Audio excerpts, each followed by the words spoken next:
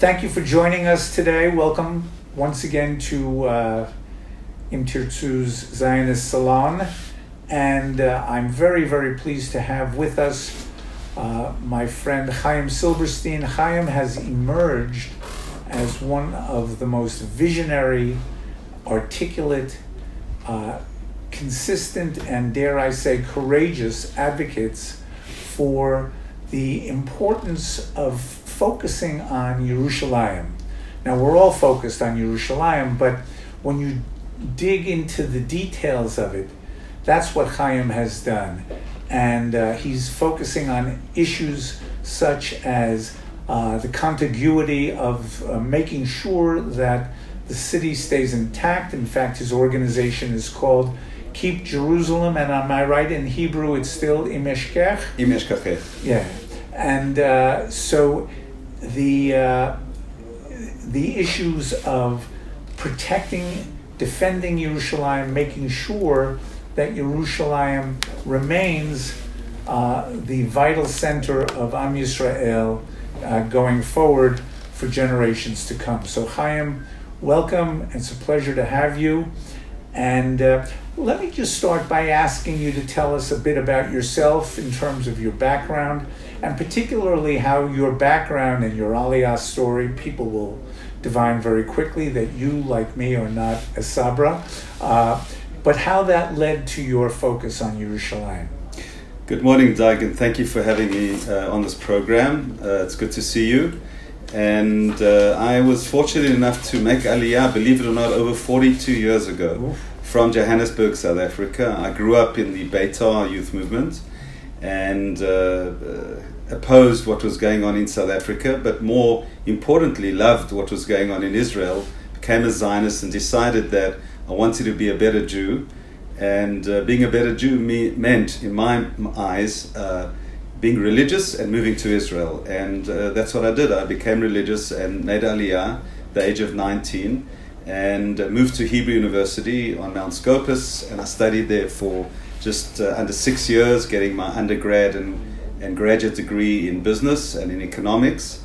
And then I decided that I wanted to get more Judaism, so I moved to Beit El, which is a community, a settlement just next to Ramallah in Judea and Samaria. And I studied there in a yeshiva for a few years. I was in the army, was a combat medic. I went on some shlichuyot as an emissary for the Jewish Agency a couple of times, to Australia and to New Zealand and to South Africa. And then I came back and got a job in high tech, worked in that for a few years, which was very exciting. Then decided I wanted to get married, so I moved back to Israel because I was traveling very frequently. So I decided I want to stay in Israel and find a wife, which ultimately I did. It took me a while. And I got married to a South African woman, fantastic woman by the name of Leora. And we settled in Beit El. And we were fortunate to have 7 children. Wow. 4 of whom are married at the moment, with 4 grandchildren, thank God. And then I met with Rabbi Benny Elon, who also lived in Beit El, where I reside at the time. He unfortunately passed away 5 years ago. And Rabbi Elon persuaded me to help him manage a yeshiva on the Mount of Olives called Beit Orot, which I agreed to. I felt that I should devote time to the nation of Israel, to the land of Israel. At that time it was the Oslo Accords period, 1995, and I felt I should apply my skills that I felt I could and have to Yerushalayim and to the Jewish people. So I kind of moved over from business to Yerushalayim, to building Yerushalayim, to running yeshiva there. And basically from 1995, that short period that I was going to devote to Jerusalem turned into 27 years, and without a regret at all. And that's how I got involved with Jerusalem. I worked with Benny Elon for 20 years, on and off. I was his senior advisor when he was a minister in the government. And then we set up land reclamation organizations. And then round about just after the Gush Katif expulsion in 2005, I decided that the image and the hasbara, the public diplomacy regarding Jerusalem was non-existent. The government was not engaging in hasbara, in public relations, in explaining the issue of Yerushalayim. And so I set up an organization, as you mentioned, called Keep Jerusalem, Im Eshkachech. And the goal of Keep Jerusalem today is divided up into three essential elements. The one element is land reclamation, which we continue to do in Eastern Jerusalem. And secondly, hasbara and advocacy, education about Jerusalem, about the importance of keeping Jerusalem united under Israeli sovereignty with a large Jewish majority. And the third we have a policy research institute where we write position papers and impact and influence public policy, especially in Israel, but also overseas. That's fantastic. I want to spend the rest of our time breaking down those three initiatives and the challenges by way of talking about the non-divisibility of Jerusalem. I would tell our audience that you and I met several years ago. You invited me through a mutual friend on a little tour that we did in a van, where we went to several neighborhoods throughout the city. And the goal of the tour was to show how interlaced Israel was, Jewish neighborhoods, Arab neighborhoods, and because of that interlacing, how completely infeasible it would be to contemplate dividing the city based on ethnic lines. And I thought it was a very effective, because there's nothing like seeing something, close up to appreciate what might otherwise be less powerful on paper, so to speak. Are you still doing those kinds of tours with groups, and are they? I know your goal was to bring a lot of decision makers, people who would be in a position to actually take what they saw and make sure that policy would follow accordingly. Is that still going on, and has that been successful for you? Yes. Actually, I developed this saying that they say a picture is worth 1,000 words, and I say a tour is worth 1,000,000 pictures. Yeah. And so yes, the tour is definitely our most effective tool. And we have done tours for Israelis, for tourists, and for VIPs, more than 10,000 over the years. Wow. So it's a very effective tool, and we have a group of guides that work with us. And in fact, we do tours in 8 languages for both locals and tourists and foreigners. But I personally focus on the VIP tours. When I took you considered a VIP in my eyes, certainly. Wow. And you haven't talked to my wife recently. And yes, the VIPs in my mind are opinion leaders, decision makers, politicians, media people, and people that head up important organizations like Tirtzu. And so that's where I focus, because I believe that a huge problem regarding Jerusalem is lack of information and lack of policy. And when it comes to dividing Jerusalem, there are 2 main challenges. The one is that, I'm sure you know, certainly under the Biden administration and under the previous Obama administration, there was huge pressure on Israel to divide Jerusalem through the establishment of a Palestinian capital in Eastern Jerusalem as part of a future state. And this is an existential threat to the future of Jerusalem. And unfortunately, people, without seeing a 3-dimensional picture, don't really understand the extent of the threat.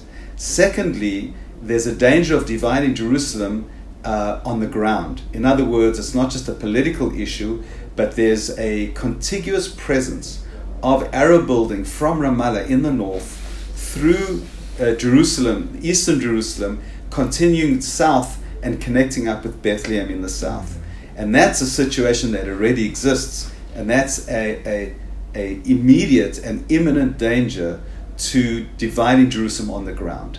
And our organization is dealing with both those threats and trying to find solutions to how the government of Israel can address those threats, overcome them, and turn them into hopefully opportunities rather than threats. Mm-hmm. You had, we're speaking the day after Tisha B'Av, and you had last week a very powerful article that you co-authored in JNS, the Jewish News Syndicate, with Hillel Fendel, analogizing the Churban, the great destructions of Jerusalem and the problems that led to those or attended those with the current situation that we're facing with today. And it was a very, as I said, it was a very powerful, almost emotional piece. Give us a couple of the analogies that you talked about in that article, because it's very relevant to right now. Right. Hillel and I have been writing, co-authoring articles for the last 15 years, which fortunately have been syndicated over a large number of outlets. And usually we stick to the facts, because this is really what Keep Jerusalem is about, is to give over the facts, to help kind of draw the dots so that people can join them and come to the correct conclusions about Jerusalem. But yes, when it comes to Tisha B'Av, we really felt a more emotional connection to Jerusalem, because how can you not when you're mourning the destruction of Jerusalem for over 2,000 years? And I just saw that, at the time of the 17th of Tammuz until the 9th of Av is the 3 weeks of mourning, and it starts basically with the breaching of the walls, with the siege over Jerusalem, and then ultimately leading to Jerusalem's destruction by Titus, the Roman, certainly in the Second Temple.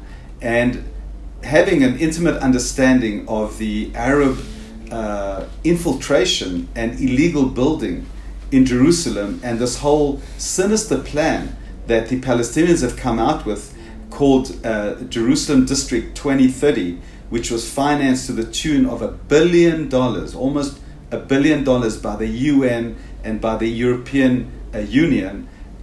This is an attempt to, in effect, relive what the Romans did 2,000 years ago by creating a siege, literally a real estate siege, around Jerusalem. And this was the analogy that I saw. And unfortunately, this siege has been continuing for over 20 years. It's just that most of the government and members of Knesset, and certainly the population at large, are unaware of it. Yes. Well, I mean, that is the great threat. Part of the great threat is just lack of awareness. Part of it is we live our lives day to day, and we don't necessarily connect the dots in terms of what is going on, and we're not necessarily living in a policy-oriented mindset. We're living with a mindset of we're doing the best we can, and hopefully we're on the margin, we're growing. But you have one idea that I think is a brilliant rabbit out of the hat sort of concept, and that is the idea of redrawing the lines of what the city of Jerusalem actually is. And in one, maybe there's two components. There's one major component which I'd like you to tell us about, having to do with the expansion of the borders of Jerusalem to contiguous areas such as Mevaseret Zion, Beitar Eli, Givat Zev, and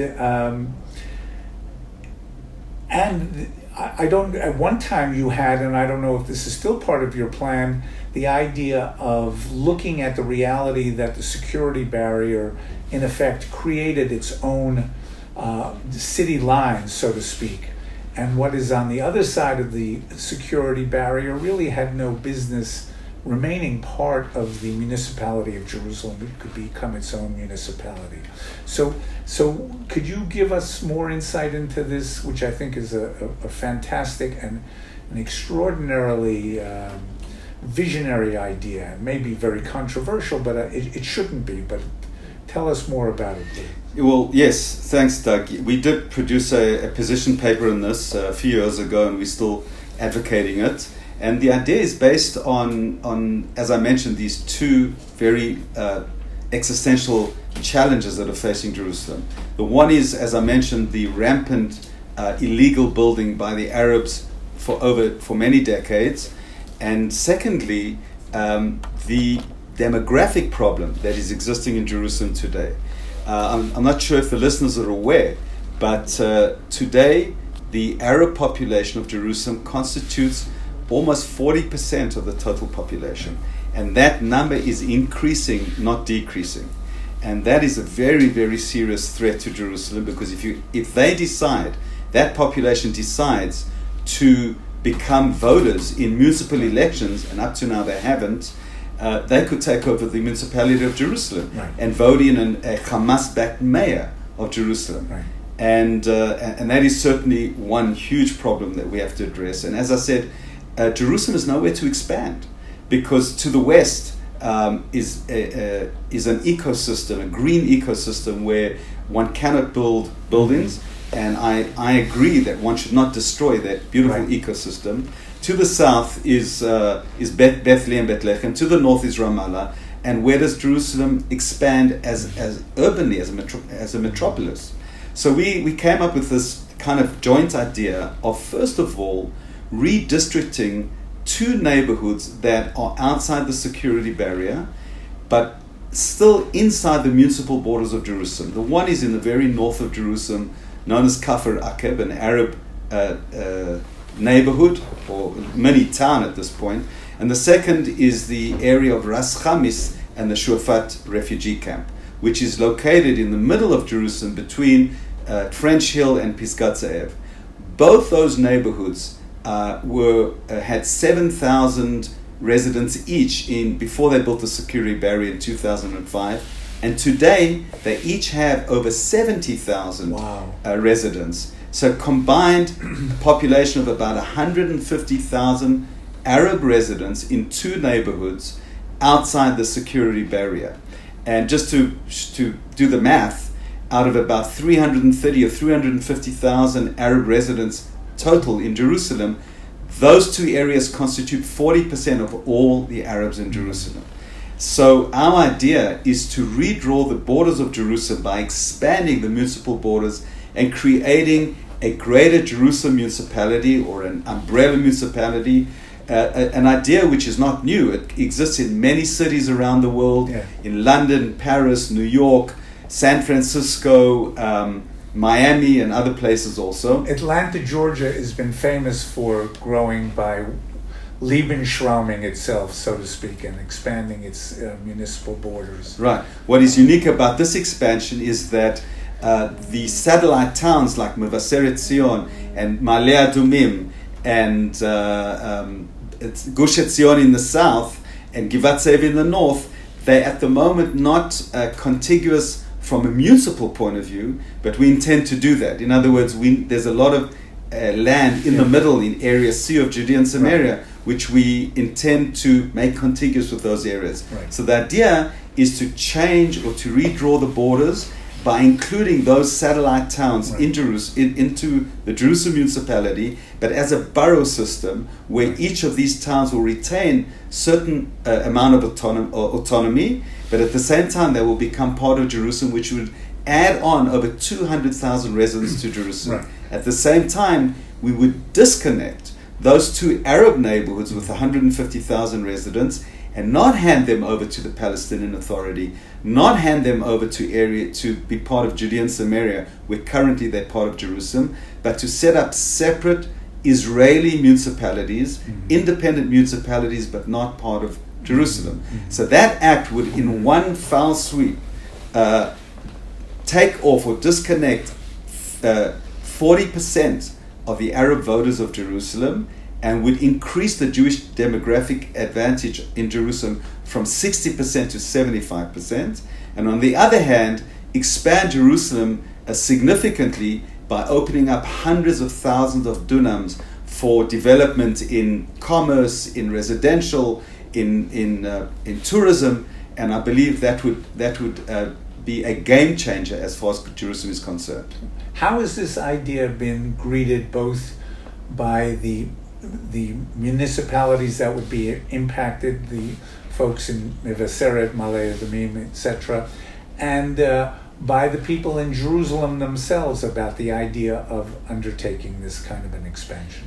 Well, in general, the public at large is not so aware of this project, of this program, and certainly not aware of the details. Mm-hmm. The respective mayors of Malay Adumim is not so happy about it, and we need to do a lot of advocacy work with them to explain to them the national interests here.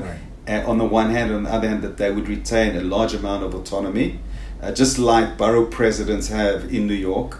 Mm-hmm. Actually, member of Knesset Israel Katz, who was the foreign minister and the finance minister, he prepared a law to do this exact thing, to create a greater Jerusalem, and we are collaborating with him. And in effect, what we need to do is fine-tune that law and do a lot of hasbara work, a lot of explanation, public relations, and lobbying work with these mayors to explain to them that the national interest of keeping Jerusalem with a large Jewish majority should overcome the local interest of maintaining independence. How is the idea of decoupling the Arab communities on the other side of the security barrier, how is that contemplated in the municipality of Jerusalem? Is there opposition to that, or is that gaining some traction? Well, the mayor is kind of undecided about it. At one stage he agreed with me, and next he didn't agree with me, and it kind of depends who's whispering in his left ear and his right ear. I have done this advocacy work and lobbying work with dozens of members of Knesset on both sides of the aisle, and I would say 90% of them agree with the idea. There is a small number of members of Knesset on both sides who think it's not a good idea, it's dividing Jerusalem, or it's disenfranchising the Arabs there of their rights to be residents of Jerusalem. But I want to emphasize by setting up those separate municipalities, the Arab residents would maintain their residency rights in Israel, which is something that they very much want. Right. No, I would argue that it enhances their autonomy, it enhances their ability to impact their day-to-day lives, because one of the knocks that they have is we're not getting services because of the security barrier. Exactly. That the garbage isn't being picked up with the same frequency that it is in other parts of the city, and the police may not be as prevalent, and any number of things that define day-to-day living. So I could see that there could be a very strong argument that this is actually very much in your interest, because you're not giving up anything. You're only gaining greater access to the kinds of services that you would reasonably expect to have where you are living. But the point that you're making, though, which is so important for people to remember, is Jerusalem is not like any other city. Okay, this is not like, how do we take Ramat Gan and make it a better place to live? Jerusalem is sui generis. It is unique. It stands on a plane, on a platform that is unique in this country, and I would argue unique in the world. And the interests of Jerusalem have to be not just what does this ward leader think in this neighborhood or that neighborhood. This is something that concerns Am Yisrael. This concerns deeply the Jewish people, the idea of what will be the prospect that you laid out of the Arabs deciding to vote, and Pitom they have an Arab, a Hamas supporter as the mayor of Jerusalem. Shall we say that will focus the mind? That will, it may be a little late in the day, but it will certainly point out the problem that exists. I don't think you want to get to that point in order to have people become, who would have thunk it? Right. Become aware of this. Well, you should know that on our research team, we have an expert on Arab affairs, Baruch Yadid, who's also the Arab affairs commentator for Channel 14 TV. And we just did an exposure last week where, for the first time in history, Arab residents in Eastern Jerusalem are seriously considering and forming parties to run in the next elections in a year and a half. Mm-hmm. So what I've been crying about for the last decade is now becoming a reality, and the government is going to have to take it very, very seriously, because if they do land up participating, and I see that the Ram model in the Israeli government, where Ram, a radical Muslim party, joined a so-called Zionist coalition with Prime Minister Bennett and Prime Minister Lapid, is a huge problem. And they're saying, well, if Ram, who identifies with the Muslim Brotherhood, could join up with the Zionists, we can do that locally in Jerusalem. And that is a huge problem. And that's why now we are anxiously waiting to see what the next government will look like. Mm-hmm. And then we will lobby and advocate for an immediate solution for Jerusalem, so we don't find ourselves in an untenable position. The problem, as we both know in this country, is that we tend to be more reactive than proactive. You know, the Yehi Beseder, everything will be okay mindset is very prevalent until, you know, the problem is not only staring us in the face, but is slapping us in the face. Right. And I, you know, the risk of what might be if we allow this to take place vis-a-vis Jerusalem is a terribly scary, frightening prospect in terms of the integrity of Jerusalem going forward, and what might be its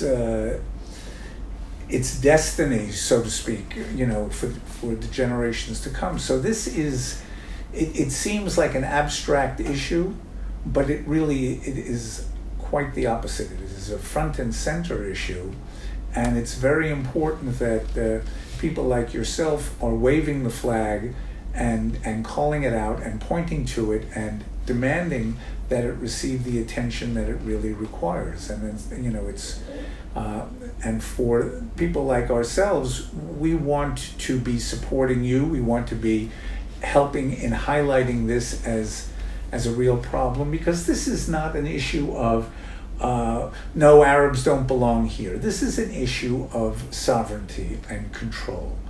And this is a Jewish country, and we pride ourselves on providing freedom of religion, freedom of association, civil rights to non-Jewish citizens.